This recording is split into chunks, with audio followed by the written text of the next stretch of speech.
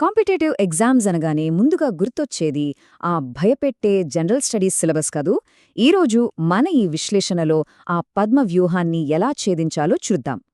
అనంతమైన విశ్వం దగ్గర్నుంచి ఒకే ఒక్క ప్రాచీన శిలాశాసనం వరకు ఈ జ్ఞాన ప్రయాణం ఎలా ఉండబోతోందో తెలుసుకుందాం. ఇంకెందుకు ఆలస్యం, నేరుగా విషయంలోకి వెళ్ళిపోదాం. ముందుగా మనం చూడబోయే అంశాల అజెండా ఒకసారి గమనిద్దాం. జనరల్ స్టడీస్ పరిధి ఎంత, అందులోని ముఖ్యమైన జ్ఞాన స్తంభాలు ఏవి, ఆ తరువాత ప్రాచీన చరిత్రపై కాస్త జూమ్ చేసి శిలలపై చెక్కిన శాసనాల గురించి మాట్లాడుకుందాం. చివరగా ఎన్నో రహస్యాలను దాచుకున్న మెహ్రౌలీ ఇనుప స్తంభం దగ్గర మన ప్రయాణం ఆగుతుంది. ఇదొక రోడ్ మ్యాప్ లాంటిదన్నమాట. సరే, మొదటి విభాగానికి వద్దాం. జనరల్ స్టడీస్ పరిధి. నిజంగా ఇదొక అతిపెద్ద జ్ఞాన పర్వతం. ఇక్కడ ఒక ఆసక్తికరమైన నంబర్ చూద్దాం. 785. అవును, ఆధారాల ప్రకారం ఈ సమగ్రమైన సిలబస్లో అక్షరాలా 785 కఠినమైన ప్రశ్నలున్నాయి. దీనిని బట్టే అర్థం చేసుకోవచ్చు మనం ఎదుర్కోబోయే సిలబస్ ఎంత విశాలమైనదో. వందల కొద్ది పేజీలలో ఉన్న ఈ మెటీరియల్ను చూస్తే తలతిరిగిపోవటం ఖాయం. కానీ ఇందులో మనం ఊహించగల ప్రతి అంశం ఉంటుంది.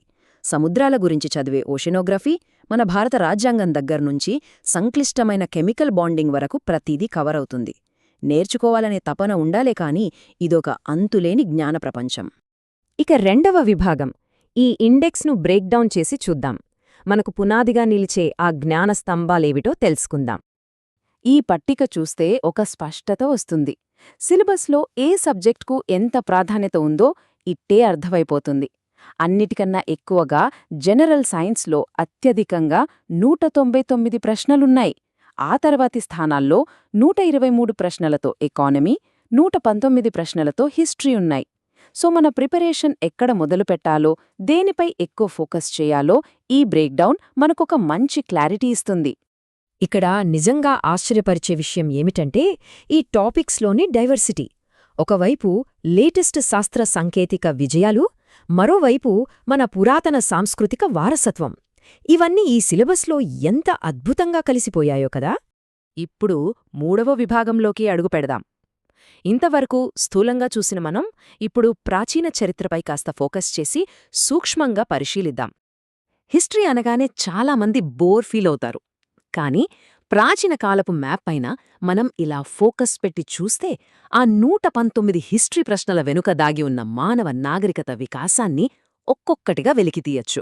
ఇది అక్షరాలా ఒక టైం మెషీన్ జర్నీ లాంటిది. ఈ చారిత్రక ప్రయాణం ఎలా సాగిందో చూడండి. తొలి మానవ సమాజాల పరిణామం, అక్కడ నుంచి సింధూలోయ నాగరికత, ఆ తర్వాత వేదకాలం, అక్కడ నుంచి మౌర్య, గుప్త మహాసామ్రాజ్యాల వరకు. ఇదొక అద్భుతమైన చారిత్రక వారధి. నాలుగవ విభాగం గురించి మాట్లాడుకుందాం. శిలలపై చెక్కిన శాసనాలు. ఇవి కేవలం రాళ్లు కావు, గతం నుంచి మనకు వినిపిస్తున్న రాజుల స్వరాలు. ఉదాహరణకు సారనాథ్ అశోక స్తంభాన్ని తీసుకుందాం. 4 సింహాలతో ఎంతో గాంభీర్యంగా ఉండే ఈ స్తంభం మన మతపరమైన చరిత్రకు, వాస్తుశిల్పానికి ఒక గొప్ప ఐకాన్ లాంటిది. గౌతమ బుద్ధుడు తొలిసారిగా ధర్మాన్ని ఎక్కడైతే బోధించాడో ఖచ్చితంగా ఆ ప్రదేశాన్ని ఈ స్తంభం సూచిస్తుంది. అలాగే మరొక ఇంట్రెస్టింగ్ ఆధారం రుమ్మిందేయి శాసనం. అశోక చక్రవర్తి లుంబినికి వెళ్లాడని మనకెలా తెలుసు? ఇదిగో ఇలాంటి చిన్న స్తంభ శాసనాల వల్లే. బుద్ధుని జన్మస్థలమైన ఆ పవిత్ర ప్రాంతాన్ని ఒక రాజు సందర్శించాడని చెప్పడానికి ఇదొక అద్భుతమైన చారిత్రక సాక్ష్యం. ఒక రకంగా ఆనాటి రాయల్ చెకిన్ అనుకోవచ్చు. ఇక్కడ మనం గమనించాల్సిన ఒక కీలకమైన పాయింట్ ఉంది. ప్రాచీన కాలం నాటి తొలి రాతి శాసనాలు చాలా వరకు బుద్ధుని జీవితం, ఆయన బోధనల చుట్టూనే ఎంత బలంగా అల్లుకుని ఉన్నాయో చూడండి.